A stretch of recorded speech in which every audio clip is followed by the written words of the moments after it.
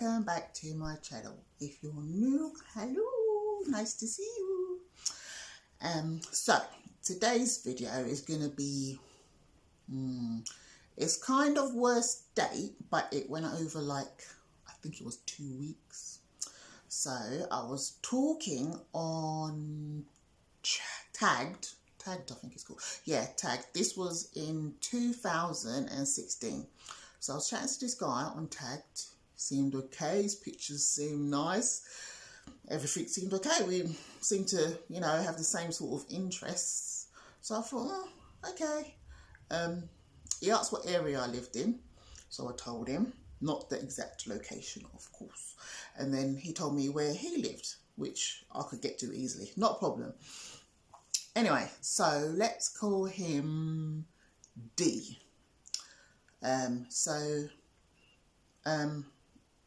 I went to meet him.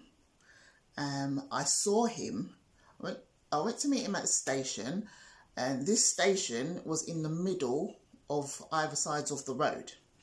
So I was there, but I could see him across the road, like pacing and walking up and down, like he was a bit nervous, or I don't know, maybe he was talking to someone on the phone that was a bit of a heated discussion, or no idea.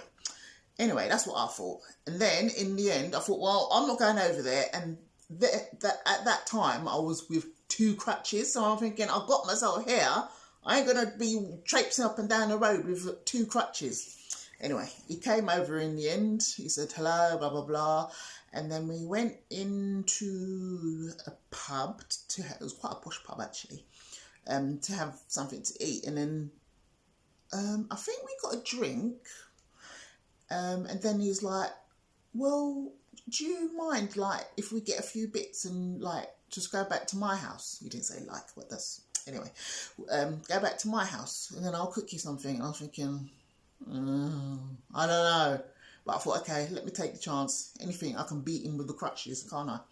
So we popped into the shops. He got chicken, onions and some vegetables. He said that he had rice indoors. So I'm like, okay, if you want me to help him cook, I will help him cook too. Anyway, so we cooked and that, and the food was okay. He was a bit quiet, so I started to feel awkward. I'm thinking, it can't be me just like trying to make conversation, and then you like one word answer replies. So I was like, so I sat there quietly too with the telly. He had this cute little staff dog. I don't think it was, maybe it was maybe about a year old, but like quite a nervous dog. Anyway, we'll get to that bit in a bit. So had the meal, everything was fine. We started talking in the end, and he was smoking, but he wasn't smoking a cigarette, and whatever he was smoking, I couldn't smell it. So I'm thinking, what the hell is that? But, you know, I saw, like, it was wrapped in a brown Rizzler paper. So whatever it was, that was it. So, yeah, I ate, and then he walked me to the bus stop, and then I went home, spoke to him a little bit when I got home. And then, so about a week after, or so, maybe about 2 weeks after talking, and just, he worked like from 7 till like 4, so sometimes I'll go there in the evenings or sometimes not. Anyway, by this time it was time for a bit of hanky panky. So okay, I don't remember him being a good kisser or anything. That was sticking in my brain, and if it was terrible, then I would remember that as well. So it probably was what it was. So, it's getting down to hanky panky, and then all of a sudden, hold on, let me compose myself. All of a sudden, I heard, and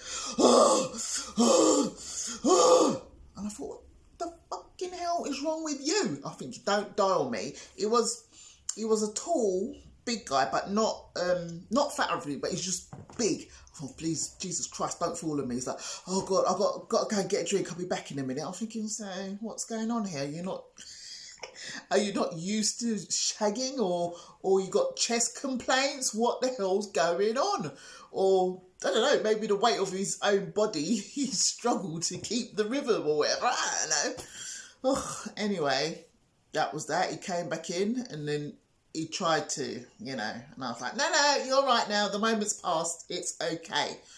So that particular time, I actually stayed there. He went to work, 7-ish, 6:30-ish, I think. And then so it was just me and the dog. I can't remember what the dog's name was, but she's so cute. So every time I went there, we was in his bedroom, and straight opposite his bedroom, down a long corridor, there was a door there. So I'm assuming that was a front room. It was a 1-bedroom flat. I'm assuming it was a front room. Anyway, so he went to work and I got up, made a drink and just getting ready, slowly ready to go. And then I thought, what's in this front room? If you work all the way up London, and because he told me that no one speaks to him in his block. So I'm like, okay, so you're up London and then you've got a dog. Who lets the dog in and out? What's going on? You haven't got a balcony or anything.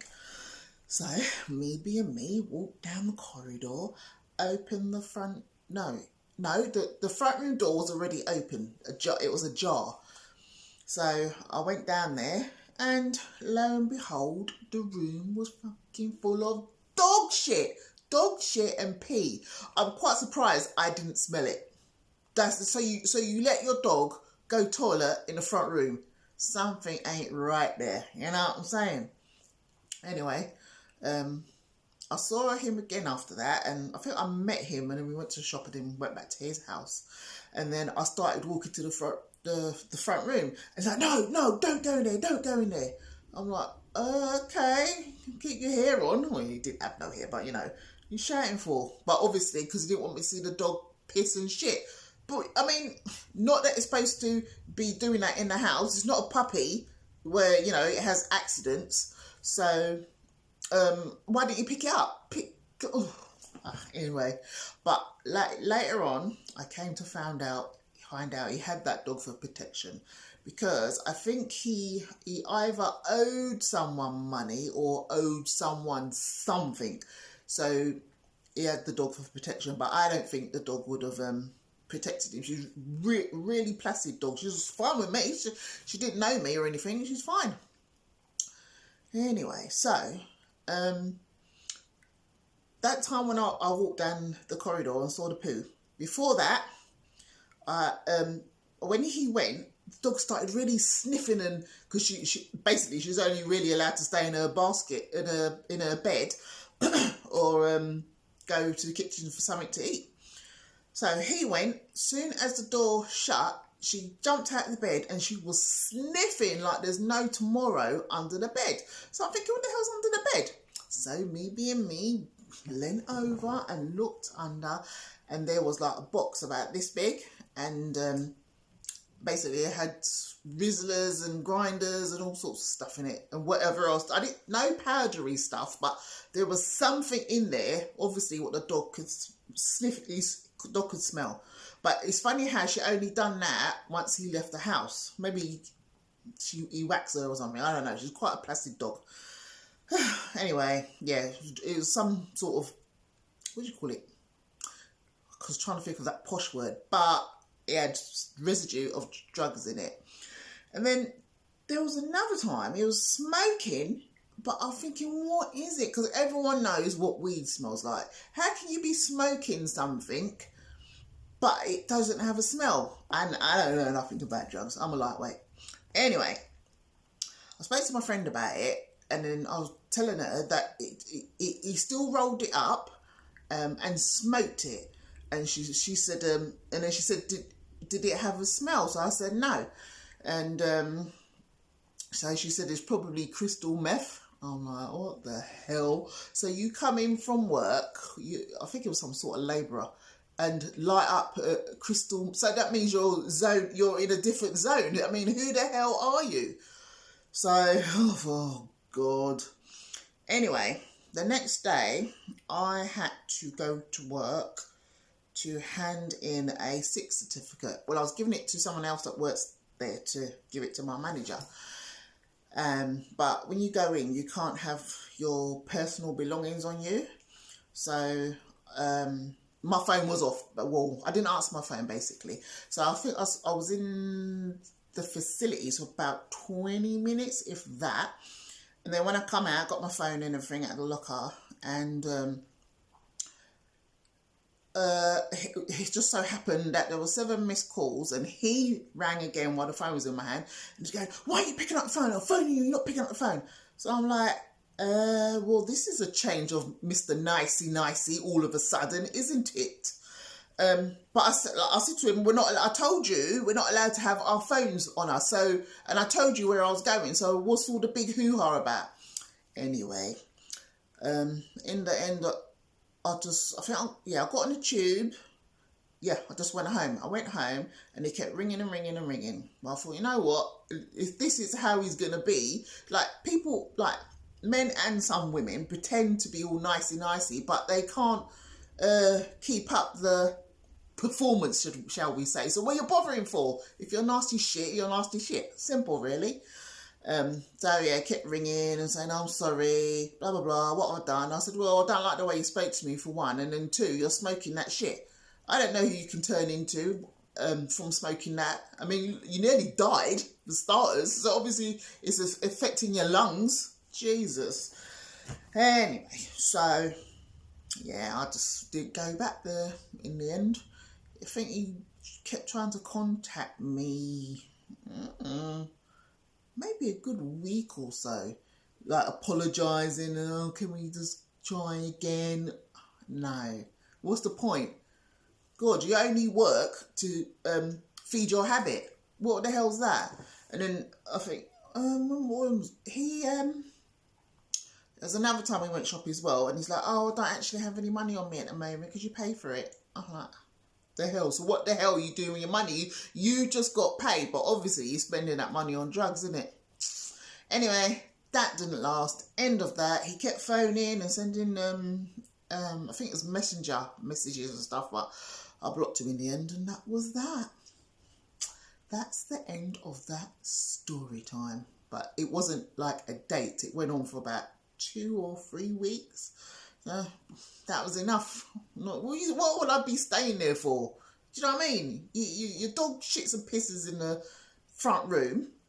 You smoke crystal meth like it's no tomorrow. Your personality changes, and he kept staring into oblivion. He's just sitting on the end of the bed like, "Are you okay?